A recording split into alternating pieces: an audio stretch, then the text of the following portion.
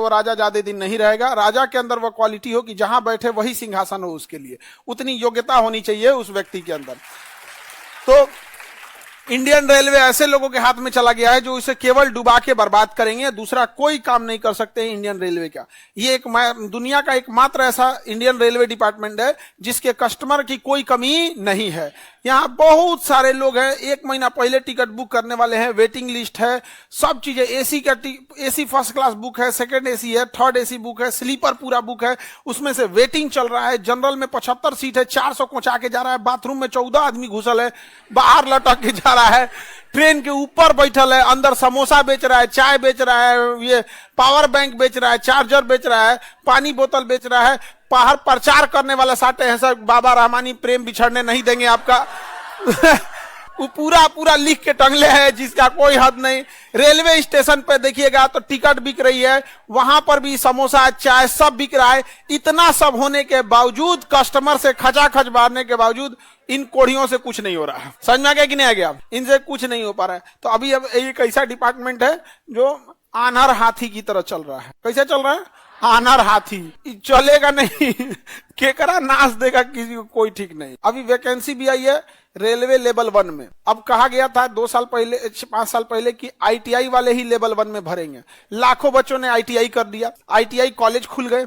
अब ये तो मिली भगत हो सकती है कि आईटीआई कराएंगे हम लोग, खूब पैसा कमाना तुम लोग। अब बाद में कह रहा है कि आईटीआई नहीं लागू होगा। अब इतनी कम वैकेंसी है, आप जब बोले थे आईटीआई के लिए तो एक उनके साथ भी ना इंसाफी होगा और सब में थोप देंगे तो वो भी है। तो भाई एक टेक्निकल वैकेंसी अलग निकाल दीजिए, लेवल 1 का 50,000 उसको दे दीजिए, और एक नॉन टेक्निकल वैकेंसी अलग निकाल दीजिए लेवल 1 का, वो बिना आईटीआई वालों को दे दीजिए, क्या जाता है। लेकिन नहीं, हम तो वैकेंसी कम निकालेंगे, डेली ट्रेन उलाटेंगे, समझे। अब तुम लोग इंडियन रेल में बैठना तो हेलमेट पहन के बैठना, समझ में आ गया कि नहीं आ गया? ट्रेन में बैठना तो क्या पहन के बैठना? हेलमेट। सर सुरक्षित रहना चाहिए, बहुत इसकी सुरक्षा जरूरी है। हाँ, ट्रेन में जी कब उलट जाएगी तुम्हें पता है? किसी दिन देखना ना, अचानक खबर आएगा प्लेटफॉर्म नंबर 3 पे खड़ी ट्रेन अचानक अपने से उलट गई, उलट जाएगी, कोई ठीक नहीं इसका। अभी एक तो घटना हुआ था, 2 इंजन को एक साथ खींच रहा था, अगला इंजन ब्रेक मार दिया, पिछला ब्रेक नहीं मार रहा है। कह रहा है कि भाई तुम ब्रेक मार, दोनों एक ही से कनेक्ट रहता है, तो माल फंक्शनिंग हो जाता है, गड़बड़ होता है। तुम फ्लाइट में टिकट लोगे ना, तुम फ्लाइट में टिकट तुम डिसाइड करोगे कि कौन सा सीट तुम्हें चाहिए, पहले डिसाइड कर लो, बुक होते जाएगा। लेकिन रेलवे में ऐसा नहीं है, रेलवे में ऐसा नहीं है, वो डिसाइड करेगा। और जानते हो इसके पीछे क्या खेल चलता है? जो तुम्हारे हिसाब से उसका डिसाइड हो जाएगा, जो तुम्हारे हिसाब से नहीं उसका नहीं। बोर्डिंग सिस्टम कर दो भैया, जो टिकट बुक किया है। फ्लाइट में कैसे होता है, हमको विंडो सीट चाहिए कि बीच वाला सीट चाहिए, कहाँ चाहिए, आगे पीछे कैसा सीट चाहिए, नहीं समझ में आ गया? जहां सीट लेना है ले ले, ऐसा इस लोग में नहीं है। इंडियन रेलवे कुछ नहीं हो सकता है क्योंकि जिनके हाथ में है ना वो चौपट, इनके हाथ में एकदम पूरी तरह से चौपट है। कोई हाँ सीनियर आदमी, हम खुद देखे, एक इंसान का एज होगा कम से कम 72-73 साल, और मरीज थे वो, मरीज, और उनका ना वो यूरिन का पाइप लगा हुआ था। सोचो, उनको अगर लेके जा रहा था, और उनका सीट कहाँ दिया था? ऊपर।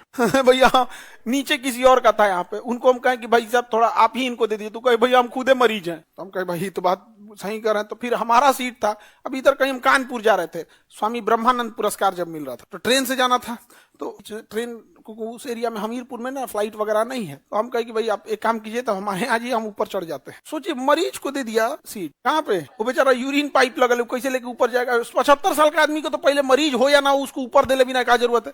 तुम उम्र का है भरवाता है, इसीलिए ना लेता है। वो रेलवे का कोई कुछ नहीं था यहाँ पर। इस पे एक बार यमराज की दया दृष्टि है गई है इसके ऊपर, डेली गिर रही है ट्रेन।